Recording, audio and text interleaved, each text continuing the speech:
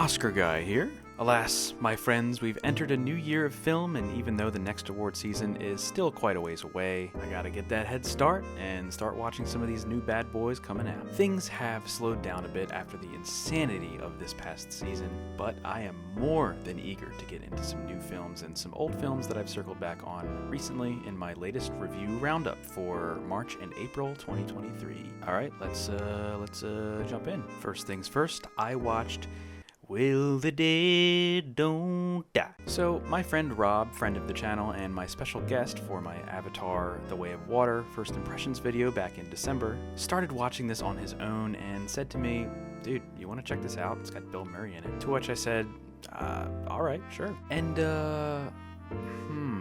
on one hand, this comedy zombie movie is very self-aware and knows that it's a stupid time, and some aspects of its quirkiness kinda worked for me, including an always great performance from Adam Driver delivering the driest of dry humor, and even the chameleon herself, Tilda Swinton, who gives honestly one of the strangest performances I've seen in a while. But on the other hand, the writing and the pacing of this film is just all over the place. It doesn't really know what it wants to be at certain times, and I feel like Jim Jarmusch was just making stuff up as he wrote the script from front to back.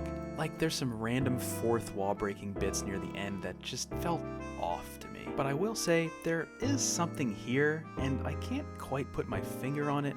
I can see some cult classic potential here, but for me, I think I'm out. I'm going to give The Dead Don't Die a decent 3 out of 5.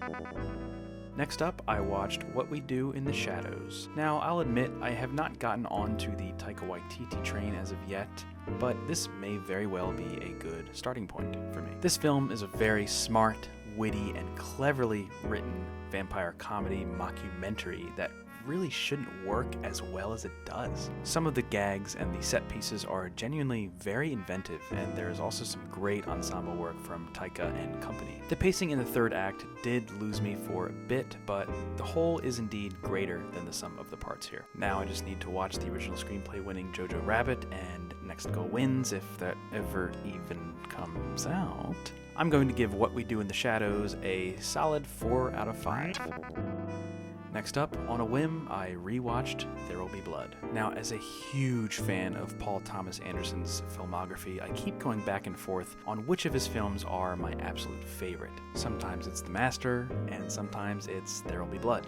And right now, it's the latter. Not that latter. This latter.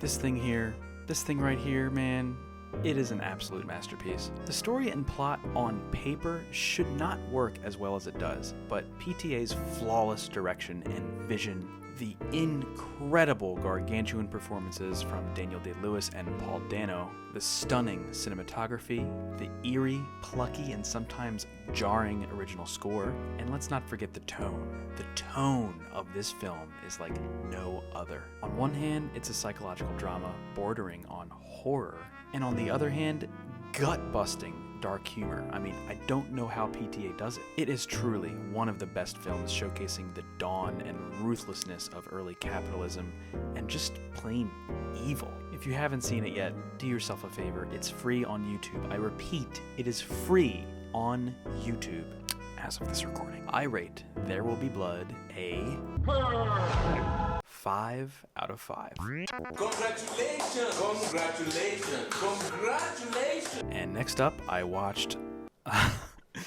the entire John Wick franchise. Yeah, I had to do it. I kept hearing so many great things about John Wick Chapter 4, with people praising it as one of the finest action films of the past decade. And I'll admit, I have never been a huge action movie person myself, so in turn, I hadn't seen any of the John Wick films. So then, ladies and gentlemen, I said, let's go to work. First up, let's watch John Wick. Now, once John Wick kicks in, I was like, alright, this is what we're in for, huh? You come for the action, you stay for the action, and the screenwriting and narrative is, shall I say, secondary? Maybe I'm not just used to the way action films are written and paced, but for some reason I just wasn't fully on board with this yet. In any case, this does serve as a simple introduction to the man and his lore, as vague as it is, so I'll let it slide. Still a pretty entertaining film nonetheless. I'm going to give John Wick a decent 3 out of 5. Alright, next up, John Wick Chapter 2. More or less the same thoughts and takeaways from me as the first film, albeit the stakes are effectively raised for Mr. Wick after he tries to retire. Again. Just let the dude live his life, man. Come on. Yes, these action set pieces are stronger as John goes international, baby. And the ending really leaves you wanting more as the stakes feel like they couldn't get much higher. That's Jim Morrison's line, sorry. But overall, this felt like the most forgettable of the 4 films, at least for me. The most memorable part being, Common. Dude, Common. Are you kidding me, bro? The dude stands toe to toe with Keanu Reeves and is kind of a good actor. Dude, anyway, kind of caught me off guard. Let's move on. I am going to give John Wick Chapter 2 a decent 3.25 out of 5. Alright, and next up we have John Wick Chapter 3, Parabellum, which, is that even a word? I gotta look up if that's even a word. Okay, oh, it's a firearms cartridge. Alright, this is what I'm talking about. John Wick Chapter 3 is really where it gets interesting, at least for me. By the time this film comes around, you kind of really start to understand John Wick and what his history actually is. And even though the films tend not to be exposition heavy at all and leaves it to you to piece things together, by this time you're kind of used to it and you're just along for the ride at this point. That being said, what a ride this turned out to be. You see, this series for me is like a theme park, and each film is a new roller coaster that they open up and unveil. Each new roller coaster is faster, loopier, and more exhilarating than the last, and this one is really where it all clicked for me. Not only do the action sequences and direction in Chapter 3 clearly up the ante, but I feel like this is really the first film in the franchise where it knows what it's doing, knows what it wants to be, and what it delivers. It's churned into this finely crafted formula that just works at the end of the day. Now sure, it's still not perfect, and there are some laws in the pacing for me here and there, but again, I'll mostly let it slide. Still a great time. Also, as a person with The Matrix in their top 10 films of all time, seeing these two dudes together again, just warms my heart. I'm going to give John Wick Chapter 3, Parabellum, a solid 3.75 out of 5. Alright, now on to the main event, John Wick Chapter 4, baby. Went and saw this mamma jamma in the IMAX theater to finish the job, so was it worth it? Yeah, I think it was. I'm not sure how they're going to top this one, honestly. Not only do we experience a massive jump in all-around quality from Chapter 3, even more so than the 2 to 3 jump, Chapter 4 solidifies itself as an all-timer in the franchise and in the genre as a whole. It doesn't take itself as seriously as it did in the first 2 films, and conversely, the franchise now has this auteur quality to it, with a clear improvement in vision, in particular the stellar cinematography in some sequences. And the third act of this film delivers one of the most impressive, entertaining, and at times jaw-dropping action sequences I have personally ever seen. So, I mean, am I an action movie guy now? Action movie guy here? No, I'm not there just yet. But either way, I agree that this is an absolute thrill ride, and I am more than eager to see what happens next in this unique franchise. Rest in peace to our boy Lance Reddick. Keanu, love you, bro. I'm going to give John Wick Chapter 4 a strong 4.25 out of 5. And moving on, next, I saw,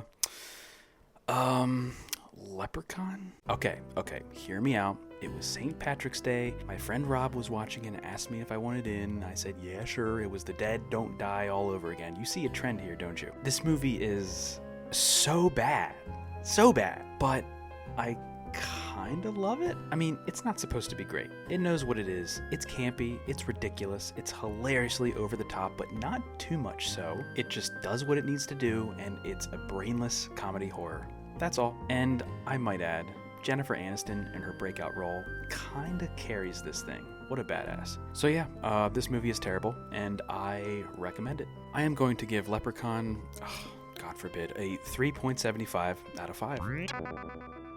And next up, I saw the Super Mario Bros. Movie. So long before Oscar Guy here was into film and the Oscars no less, I've been a gamer since the age of 4, and wouldn't you know it, Super Mario World was the first game I remember playing, so of course I was going to pay my respects and check this movie out. And yes, I was aware of the backlash regarding the casting, in particular Chris Pratt, and just the general uncertainty people had going into this film. And so I buckled up, went and saw this with my 2 best friends, and went in with mid-expectations. And yeah, I really enjoyed it. And sure, it's nothing incredible story-wise, and perhaps you do need some kind of connection to the Mario universe in order to fully appreciate it for what it is. And some of the Illumination-esque humor and confusing 80s needle drops don't always land. But man, it was just a great time. It's beautifully animated, wonderfully acted for the most part, and my god, Jack Black. Can he be more of a national treasure, dude? You know that Jack Black was not signing on to this thing unless he brought to the table peaches, peaches, peaches, peaches, peaches. I refuse to believe that that was not his idea, 100%. But anyway, to hear my complete thoughts on this film, I do have a podcast that I co-run with my aforementioned friend Rob called Mostly Garbage, where our latest episode covers our review of the film, so please give us a follow and go check that out. I'm going to give the Super Mario Bros. Movie a solid 3.75 out of 5. And after that, I saw Air. Now, I gotta say, there's no screenwriting and acting duo quite as wholesome and beloved as Matt Damon and Ben Affleck. And when I heard they were gonna make this film, I was like, how good can this actually be? And then it came out, and it went gangbusters with critics and audiences alike, much to my surprise. So yeah, I had to check it out, and yeah, it's pretty solid. It takes the corporate success story formula and turns it into this feel-good crowd pleaser, chock full of whimsical humor and genuinely sharp screenwriting. It's no Aaron Sorkin or even Good Will Hunting, sure, but it does what it needs to do to make this story and the journeys of these real-life characters interesting. Matt Damon gives probably one of the best performances I've seen him give in quite some time. Ben Affleck, of course, and Jason Bateman and other supporting players also deliver fine work. By the way, Chris Tucker needs to be in more movies, okay? Hollywood, just cast him in everything. And my god, the incomparable Viola Davis steals the show in the film's third act. And as for some nitpicks, Michael Jordan, the athlete the film is based on, is barely even acknowledged or portrayed outside of archival footage. I mean, they barely even show his face. And I guess there was a reason or an agreement to why they portrayed him like that. I don't know. It just felt off to me. Also, I did have some issues with the somewhat lackluster camera work and editing as well. There are some shots in this film that kind of forced me to say, what purpose does this extreme close-up serve? Why is the top of Chris Tucker's head cut off? But I digress. I can let it slide and still consider this a very engrossing feel-good treat nonetheless. I'm going to give Air a decent 3.75 out of 5. And then I watched Megan. I watched Megan. Now, I've been meaning to watch this one for a while and made it a point to watch it semi-drunk with a group of friends because, I think that's what the movie calls for, honestly. And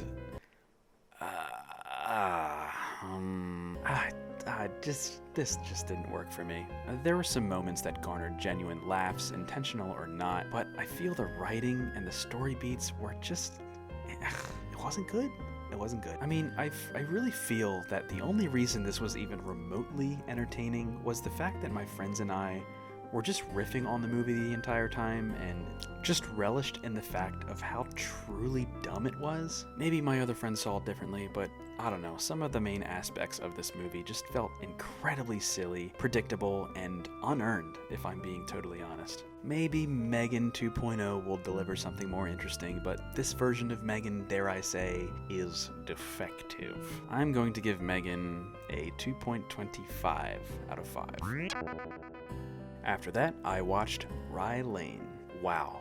What an incredibly stylish, fun, warm and fuzzy, wild ride this thing was. This is, without a doubt, my favorite film of the year so far. This directorial debut from Rain Allen Miller has such a strong vision between the quick, snappy screenplay, the incredible chemistry between the two leads, and of course the very clever and playful visual storytelling in this film is impeccable, and all under an hour and a half? I mean, come on, man. To me, this is one of those out of left field films that we just don't really deserve. If you're not immediately put in a good mood after watching this, I'm not sure what to tell you, man. I don't really want to talk too much more about it, but keep your eyes on this one. I genuinely hope to hear more about it come awards season. It's on Hulu, people. It's on Hulu. Give it a Saturday afternoon watch. You will not regret it. I am going to give Rye Lane a solid 4.5 out of 5. After that, I rewatched This Is Spinal Tap. Now, this is probably my 6th or 7th rewatch of this bad boy, and man, it still stands as one of the best mockumentaries ever made and one of the funniest and brilliantly improvised films I've ever had the pleasure to experience. It blows my mind how effortless these guys banter and embody these lovable buffoons. I mean, I can spend hours watching interview footage with these guys. It's just bit after bit after bit. It's also easily one of the most quotable movies I have ever seen. How much more black could this be? And the answer is none. None more black. No matter how many times I rewatch this thing, I will just never get tired of it, and I dare anyone to say that this is not peak satire on the 70s and 80s rock and roll industry. The film does end pretty abruptly, as I feel they needed to break the tone a bit in order to just wrap things up, but really it's only a small nitpick, and not really the point of the film regardless of that. Never will I think of the word Stone Age the same way again. I am giving This Is Spinal Tap a strong 4.5 out of 5. And finally, finishing off the month, I rewatched The Triplets of Belleville. So I first saw this animated film back when I was in junior high when it first came out, and was nominated for Best Animated Feature and Best Original Song back in 2004. It essentially embodied my exact sense of humor at the time when it came to goofy, over-the-top animated characters and concepts. And as an aspiring artist and chronic doodler, my friends and I doodled a lot as a kid, and my personal style at the time was very similar to what you see in this film. So I hadn't rewatched this thing since college and decided to give The Triplets of Belleville a third viewing as I found that it was on Hulu. And yeah, I still love this movie so much, and as I was watching it, I realized how much of it I remembered and how much of it truly stuck with me on a subconscious level. It is essentially a dialogue-free film and relies on brilliant visual gags and storytelling that I anticipated each time the gags were happening. Again, this movie is weirdly and strangely ingrained in my head. Now, the film is quite short, and the story is very simple, and the stakes aren't too terribly high by the end of it, but it's the sheer style and vibe this film gives off that stands on its own. Also, the Oscar-nominated original song, Belleville Rendezvous, absolute banger. Had no business being as good as it was. I am going to give The Triplets of Belleville a solid 4.5 out of 5. And that's a wrap, folks. Thanks for sticking through this one to the end. I'm going to try to make it a point to make one of these videos at the top of each month, so stay tuned for the next one. We have quite a bit of films coming out this spring and summer, so buckle up, y'all. Oppenheimer, Barbie, Past Lives. I got my eye on you, kids. That's gonna be it for me. Thank you all for watching, and Oscar Guy is out.